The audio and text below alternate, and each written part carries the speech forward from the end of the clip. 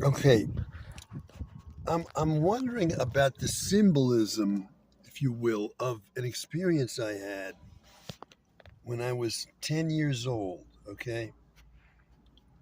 And I'm wondering about that symbolism in terms of what I've learned about being descended from Jews, Italian Jews, who were forced to convert 500 years ago in Italy. At a time when they were faced with, you're going to convert to Christianity or be killed, okay? You're going to be burned in a fire if you don't convert to Christianity. What's the effect of that been on my family across those 500 years? Well, I see a lot of effects from that on my family, a lot. But here's one that I see. It's an unconscious event. That's the best term I can give to it, caused by that very episode in the family's history, okay? Now, here it is explained, okay? I'm 10 years old. I'm standing in line to see a movie at Burning Tree School, where I went to elementary school at the time in Bethesda, Maryland. It's a Saturday morning. We're going to see a movie at like 10:30 in the morning for, I don't know, maybe free, or maybe it was 50 cents, something like that. They had movies in the school auditorium on Saturday mornings, and I went. And this time I was with my younger brother, who I call 4 years. Now, I've said before that 4 years had a major problem as a child in wandering off. Now, there are symbolic elements to that I'm not going to go into because I'm not capable of it right now, but I'm looking at that for the future to figure out why he did have that problem of wandering off. I think it's significant. I do. However, I don't want to go at that particular aspect of the experience. So all I got to say is his problem of wandering off was so bad that my mother had a harness, like you see worn on dogs today, across their chest, and she had that brother of mine on a leash to keep track of him. Okay, that's how bad the problem was. So I'm in line. He would disappear. He would disappear even in our house. One of my first memories of him after he was born, he was an infant, not even able to walk. He got around by crawling. One day, my mother is saying, she's getting us ready to go out somewhere. And suddenly she says, "Where is 4 years? Where is 4 years?" My mother's saying that. So she's lost her infant son. And I go looking for him, okay? Where was he? I found him outside the kitchen door of the tiny house we rented at that time. He was in a mud puddle underneath the gate through the fence to the backyard, just outside that kitchen door. He was crawling through that mud puddle in his little blue jumpsuit as an infant. He's outside the house somehow. And that's where I found him. Now, he had this major problem. Now, he was how old? He was around 6 years old now in this experience I'm remembering. That I'm saying is significant as, what would you call this? Um, this is like the kind of unconscious experience in a person's psyche that the way Freud understood the psyche would cause a neurosis. It's something painful and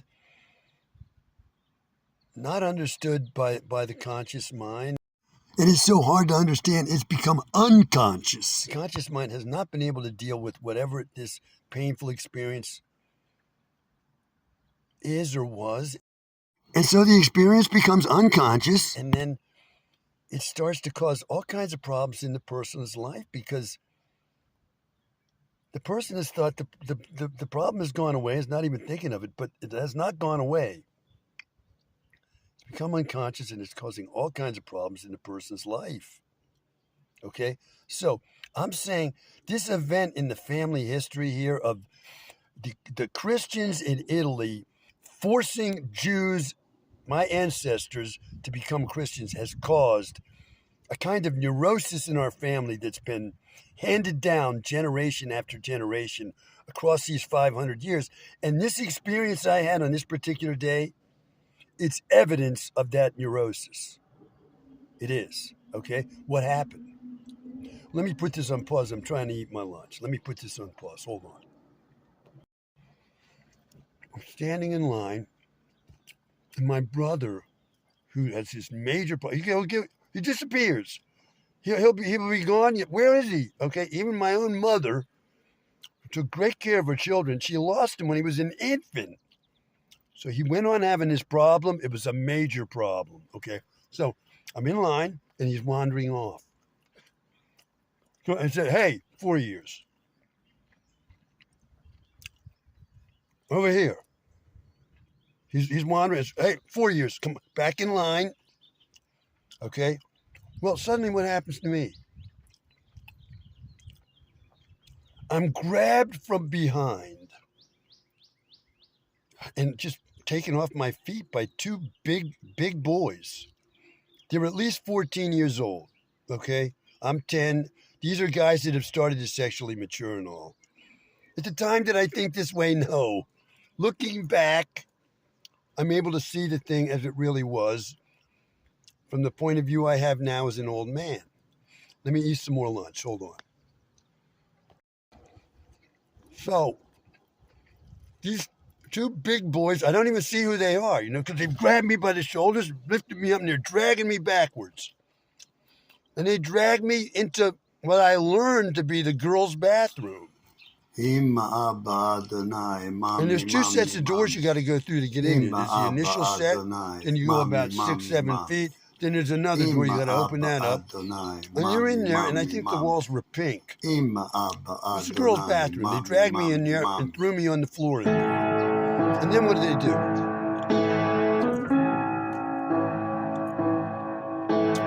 They were laughing and talking in Spanish to each other. And these were the first two Spanish people I ever met in this life. Okay? Now, why did that happen to me? That is a vestige of my family's being forced to convert to Christianity 500 years ago. Somebody must have been grabbed that way for being a Jew and possibly tortured or carried off to a prison and threatened. And who was the originator of that? The Spanish people and the Inquisition that started in Spain. Okay? So when did that start? 1492, right? The Spanish Queen Isabella and was it King Ferdinand?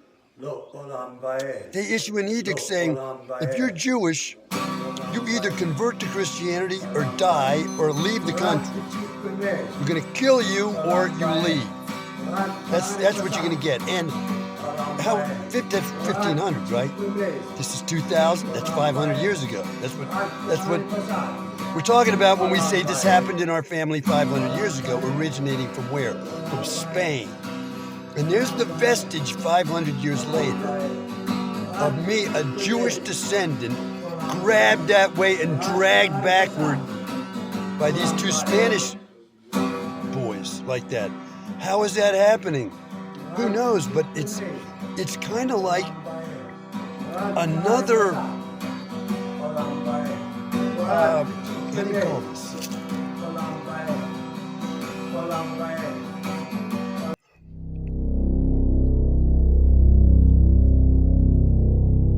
Symptom, if you will, of the neurosis that hit us 500 years ago. Now,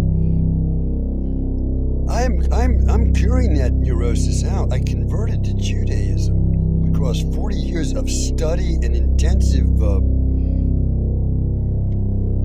experience with Jews and Judaism across a lifetime, where I thought these matters out, researched them, studied, taught myself Hebrew, and so on. So I've been bringing to consciousness the unconscious material of this illness that has afflicted our family across the generations, down to this experience I have when I'm a 10-year-old boy. It's still being visited on us. Why? Well, maybe I shouldn't have been there in that line where those two despicable Spanish boys were to enable them to pick on me the way they did. I shouldn't have been there at all. Probably I should be in Italy. That's where I ought to be. Because I was there, we're suffering the illness visited on us by this outrageous atrocity committed on our family. It's gone on through the years, afflicting us. So, that's what I'm thinking about. Today is 4th of May, 2026. The time is 2 minutes after 1 p.m. It's a Monday. And I'm in Kensington, Maryland, where we lived for 14 years. And we're parked outside the library here, the Kensington Library.